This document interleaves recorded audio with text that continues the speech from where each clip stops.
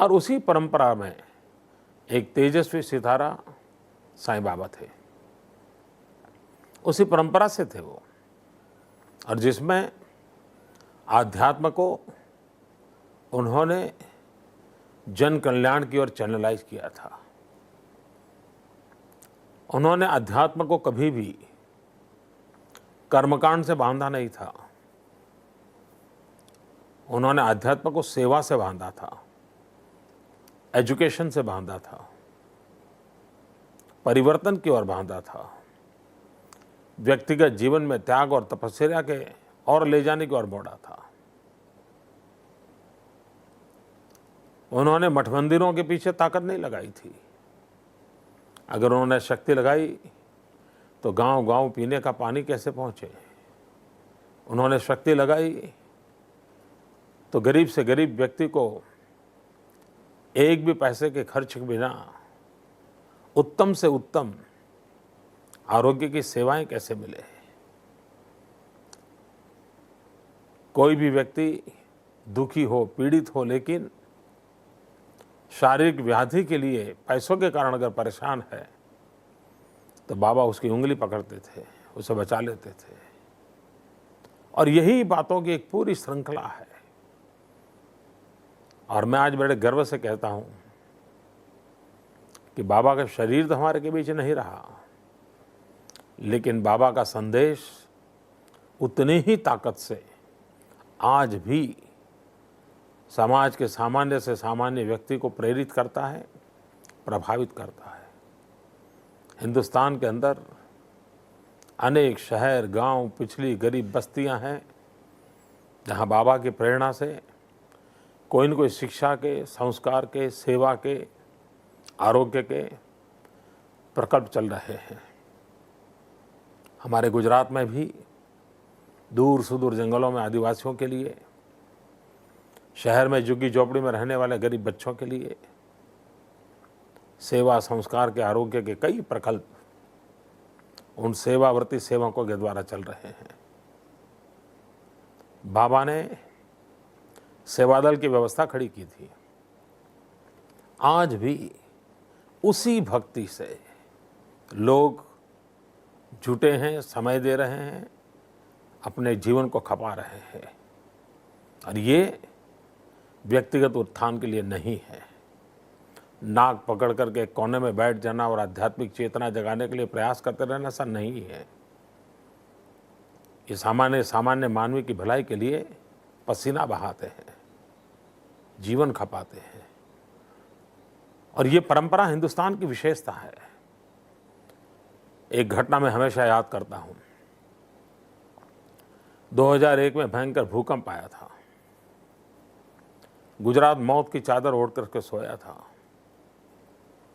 पूरा विश्व कांप उठा था और विश्व में सब दूर से मानव सेवा के लिए निकले हुए लोग गुजरात की धरती पर हमारे आंसू पहुंचने के लिए आए थे।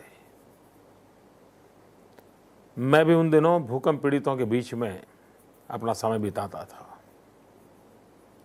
तब मैं मुख्यमंत्री नहीं था, तो लोगों से मिलता था, उनके सुख दुख दूर मैं क्या मदद कर सकता उसके लिए कोशिश करता था। कई देशों के लोग सेवा भाव से यहाँ आए थे। वो शाम को 5-6 बजे तक कड़ी मेहनत करते थे और 5-6 बजे के बाद अपने जो टेंट लेकर के आए थे उसमें जाकर के अपने स्नान वान करके वो आराम करते थे। तो मैंने उनसे संपर्क करना तय किया, उनसे मिलने जाता था, बातें करता था। तो मैंने उनसे पूछा, कोई कहता था मैं टर्की के भूकंप में था, कोई कहता था मैं कैलिफोर्निया गया था, कोई कहता था मैं ईरान गया था। अलग अलग जगह पे कोई न कोई नेचुरल कैलेमिटी में काम किए हुए लोग थे। तो मैं सहज से उनसे पूछता था कि आपका क्या अनुभव है। तो वो कह रहे थे कि एक बहुत बड़ा आश्चर्य हो रहा है। हम दुनिया के जितने देशों में गए, कितनी ही बड़ी नेचुरल कैलेमिटी क्यों ना हो, कितना ही बड़े भयंकर हादसा क्यों ना हुआ हो, लेकिन वहाँ हम जाते थे तो 2-4 NGO दिखते थे। कोई रेड क्रॉस है, कहीं WHO है, ऐसे ही जो वर्ल्ड लेवल के ऑर्गेनाइजेशन होते हैं, तो गवर्नमेंट स्पॉन्सर ऑर्गेनाइजेशन ऐसे 2-4 होते थे। हम हैरान हैं, यहाँ तो हर गली में कोई न कोई एनजीओ है, हर गली के अंदर कोई कैंप लगा रहा है, कोई खाना पका रहा है, कोई खाना खिला रहा है, कोई बर्तन दे रहा है, कोई दवाइयाँ दे रहा है, कोई लोगों के रहने की व्यवस्था कर रहा है, कोई पानी पहुँचा रहा है। हम कल्पना नहीं कर सकते कि इतना सारा सामाजिक जागरण हो सकता है। उनके लिए बड़ा अजूबा था। उसी प्रकार से एक आध महीने के बाद मैं एक दूसरी टोली से मिला, विदेश से आई थी। वे यहाँ काउंसलिंग करने के इरादे से आए थे और उनको लगता था कि भूकंप पीड़ित जो लोग हैं, उनको जो बच्चे हैं, उनको इतना भयंकर शॉक लगा होगा कि वे लोग बहुत डरते होंगे, सहमते होंगे, उनको मृत्यु का भय सताता होगा, उनके परिवार के लोग रहे नहीं है, तो इसलिए वो एक भयंकर प्रकार की मानसिक आपदा से गुजरते होंगे। तो काउंसलिंग करके उनको मदद करनी चाहिए। तो ऐसी कुछ टोलियाँ हिंदुस्तान आई थी, गुजरात में काम कर रही थी। तो 2-4 दिन के बाद मैंने उनको पूछा कैसा चल रहा है। नहीं, बोले चलना क्या है, हम तो वापस जा रहे हैं। हमने कहा क्यों भाई, क्यों वापस जा रहे हो? तो उन्होंने कहा जी हम तो आए थे इन सब का काउंसलिंग करने के लिए, लेकिन इन लोगों ने हमारा काउंसलिंग कर दिया। मैंने कहा ये कैसे? तो बोले हम एक गांव में गए और गांव वालों को बिठाए, हमको लगा कि चलो उनको समझाएंगे, डरने की ज़रूरत नहीं है। तो हमने ऐसे विषय निकाला कि ये आफ्टर शॉक हर 12-15 मिनट के बाद कहीं न कोई घटना घटती है, तो आप तो बड़ा पीड़ा होती होगी, डरते होंगे। तो लोग हमें कहते थे कि अरे साहब आप बहुत देर से आए, अगर 26 जनवरी को आते तो क्या नज़ारा था। जब भूकंप आया तो मकान ऐसे ऐसे हिल रहा था। यानी वो भूकंप का वर्णन जैसे कोई आनंदोत्सव का वर्णन करते हैं, ऐसे कर रहे थे। तो उनको लगा कि कोई उनके डीएनए में कुछ अलग बात है, कोई जिनके जेनेटिक सिस्टम में अलग बात है। इतना बड़ा भयंकर हादसा है, वो रोना धोना नहीं करते हैं, वो हमें आश्वासन देता है, अरे भाई क्या बात है।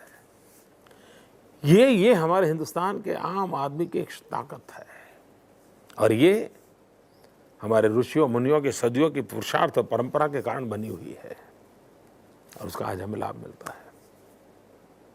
मैं एक व्यक्ति के नाते बहुत भाग्यवान हूँ। बचपन से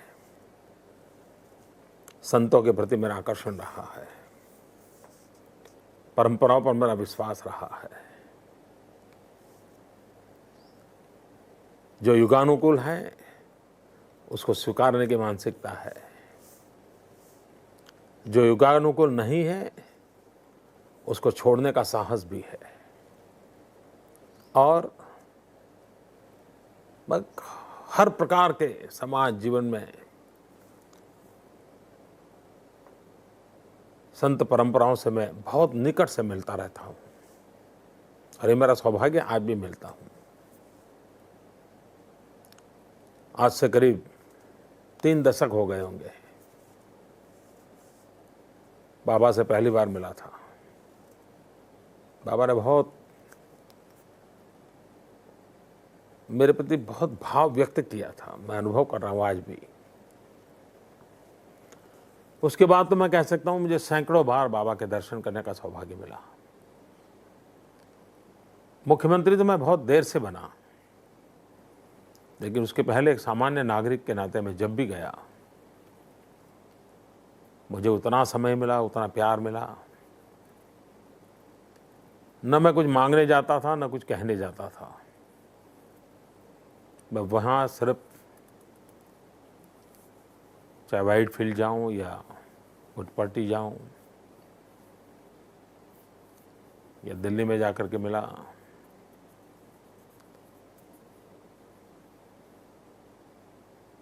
ऐसे ही चला जाता था। कई लोग बड़े भाग्यशाली रहते हैं कि बाबा उनको कुछ न कुछ देते हैं।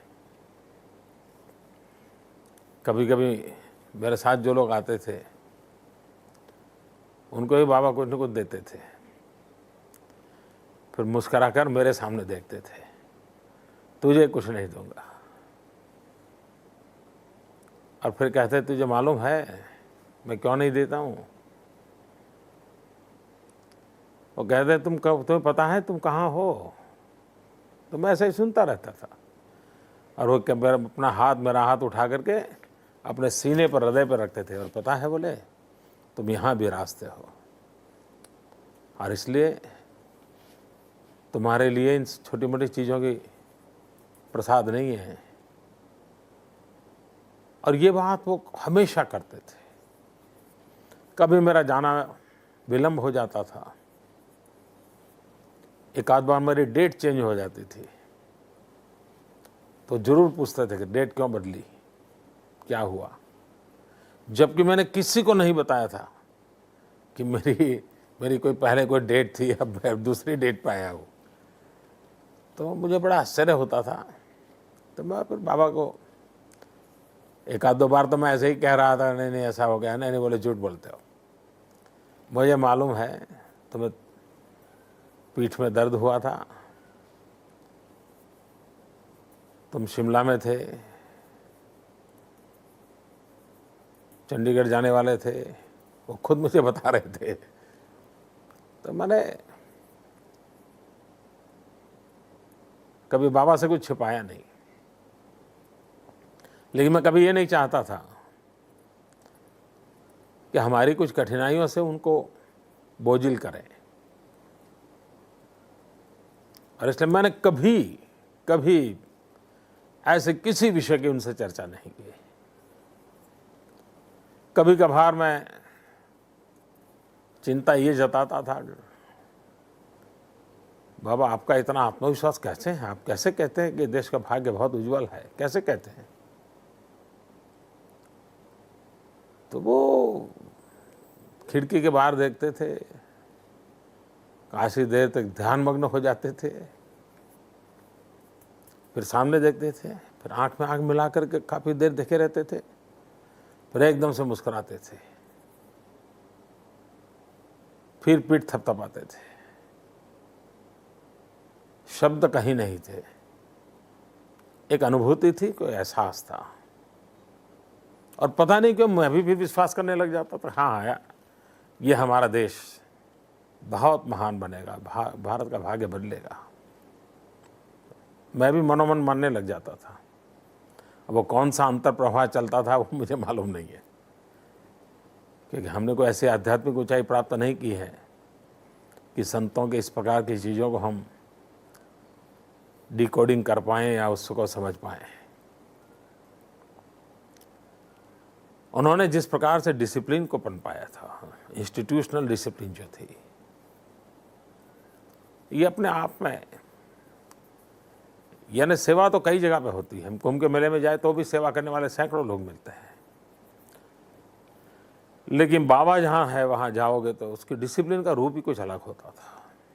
अब मैं मानता हूँ ये बहुत प्रयत्नपूर्वक की हुई व्यवस्थाएं थी। वहाँ आए हुए हर व्यक्ति की देखभाल करने के लिए सेवा भाव का जो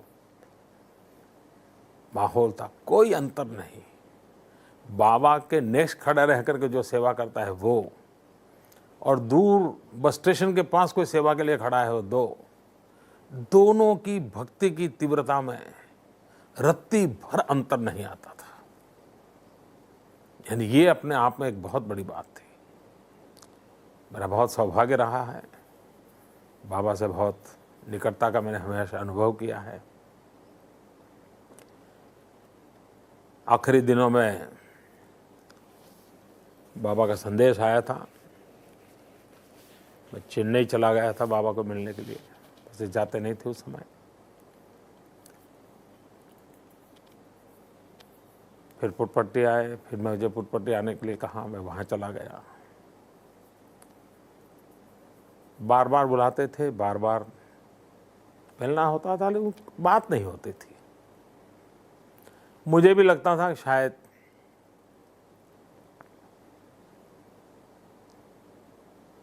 वो अपनी शक्ति से शायद मुझे देखते होंगे, जांचते होंगे, परखते होंगे,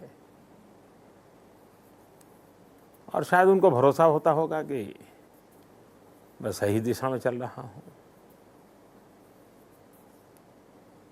मैं नहीं जानता हूँ इसके अर्थ क्या होंगे। लेकिन मैं इतना जानता हूँ कि उनका एक माँ की तरह वात्सल्य, अपार स्नेह, इसका अनुभव करने का मुझे सौभाग्य मिला है। बाबा को भविष्य सेवा कार्यों से जानेगा, मानव कल्याण के लिए उन्होंने जो जीवन खपाया उसको जानेगा। मैं नहीं मानता हूँ बाबा खुद चमत्कारों में भरोसा करते थे, ये मेरी कल्पना है। बाबा सेवा में भरोसा करते थे, बाबा आम आदमी की चिंता में भरोसा करते थे, और उनका संदेश भी यही होता था, ठीक रहो और ठीक करो। मैं समझता हूँ भारत ने जो अनेक ऋषि मुनि मनीषी दिए हैं,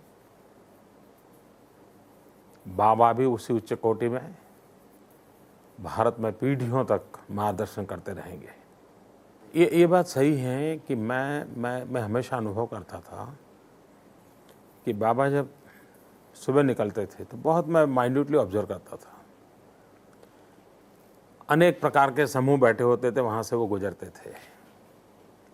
लेकिन जैसे ही स्टूडेंट्स जहाँ बैठे थे वहाँ पहुँचते थे तो बाबा बदल जाते थे, उनका बॉडी लैंग्वेज बदल जाता था, उन स्टूडेंट्स की तरफ देखने का उनका रवैया बदल जाता था, और ऐसा लगता था ये अरबों खरबों रुपया दान करने वाले लोग बैठे हैं लेकिन बाबा नज़र भी नहीं कर रहे हैं, और ये छोटे छोटे विद्यार्थी बैठे हैं तो उनको लगता है कोई बजा रहा है, उनको संगीत चल रहा है और एक तबले बजाने वाला वहाँ नहीं है तो उसको बुलाते हैं, उसको बुलाओ, उसका तबला बजवाओ। यानी मैं देख रहा था उनको हर बालक की टैलेंट का पता था, और वो बालक क्यों नहीं दिखाई दिया ये सब मैंने अपनी आंखों से देखा है। और उसके विषय में वो बड़े वो क्यों नहीं आया, अच्छा उसको बुलाओ, देखो वो उसका तबला ठीक बज रहा है कि उसका, यानी ये हर चीज़ का उनका, तो इसका मतलब ये साफ दिखता था कि उनका बहुत बड़ा उस पर बड़ा ध्यान भी था, भरोसा तो था, ध्यान भी था। और उन्होंने जब भी गए सेल्फलेस सर्विस है उनका एक प्रकार का, हर एक के लिए संदेश रहता था, और सेल्फिश की बढ़िया डेफिनेशन भी कर करके समझाते थे सबको, फिश का उदाहरण दे करके हर एक के दिमाग में वो बराबर भरते थे। लेकिन वो कभी उपदेशात्मक रूप से बात नहीं करते थे, वे कैटलिक एजेंट के तरह रोल करते थे, जिससे एक वाइब्रेशन पैदा होते थे, एक परिवर्तन का प्रवाह शुरू हो जाता था। ये करो, ये न करो, तुमको इतना करना चाहिए, अब तक क्यों नहीं किया वगैरह, उनके विषय का फलक नहीं था। उनकी उपस्थिति मात्र से, और ये मैं मानता हूँ कि युवकों के प्रति उनका अपार लगाव था, अपार भरोसा था, और उनको लगता था कि युवा शक्ति पर हम जितना भरोसा ज़्यादा करेंगे, परिवर्तन की बहुत बड़ी पहल उन्हीं से होगी। ये बात बाबा की हर चीज़ में प्रकट होती थी।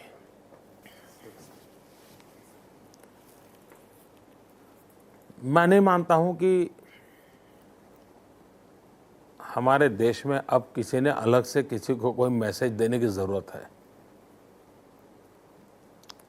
वेद से विवेकानंद तक जो कुछ भी कहा गया है उसमें से थोड़ा सा भी अपन लेकर के चल दें तो हमारी दिशा कभी गलत नहीं होगी। इस युग में भी बाबा समेत जितने संत हैं, हर एक की बात में, हर एक के उपदेश में मानव केंद्र में रहा है, मानव का जीवन उनके केंद्र में रहा है,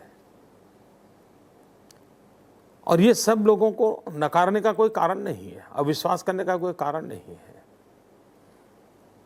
चाहे महर्षि अरविंद के शब्द लें, चाहे बाबा के शब्द लें, चाहे विवेकानंद जी के शब्द लें, चाहे दयानंद हो, रामतीर्थ हो, किसी भी महापुरुष के शब्द ले ले, महात्मा गांधी के शब्द ले ले, हर एक का एक ही निचोड़ है और हर एक में अपने से शुरू करने की बात है, हर एक में। और बाबा कहते थे, अरे तुम खुद को करो, हो जाएगा। आधे आधे शब्द बोलते थे, हो जाएगा, खुद का करो, हो जाएगा, खुद का करो, हो जाएगा, ऐसा। और इसलिए हर छोटे मोटे व्यक्ति को मोटिवेशन के लिए बहुत सरल माध्यम से वो बात बताते थे। आम मैं देख रहा हूँ तो उनको समय की बड़ी वो रहती थी, लेकिन कभी मन कर जाए तो बाबा बहुत देर तक बातें करते थे। और कभी लगता था बाबा ऐसे जिज्ञासु के रूप में ऐसे छोटे छोटे सवाल पूछते हैं, आश्चर्य होता था। मैं एक बार गया तो मुझे उपचुनावों के लिए पूछ लिया उन्होंने। अब किसी राज्य के अंदर किसी कोने में 2 उपचुनाव चलते हो, तो मुझे पूछ रहे थे, कह रहे भाई तुम्हारा उपचुनाव चल रहा है और तुम इधर भटक रहे हो। अब ये मेरे लिए सरप्राइज था कि इतनी छोटी छोटी बातों की। तो मैं हंस पड़ा था, मैंने कहा ठीक है, उपचुनाव चल रहा है, अपनी जगह पे है। मेरा मन कर गया, मैं बाबा के पास चला आया। तो बड़ा ही, शायद आपको वहाँ आश्रम में कितने लोगों ने क्या बताया मुझे मालूम नहीं, लेकिन श्रीनिवास से शायद काफ़ी आपको मिल सकता है, या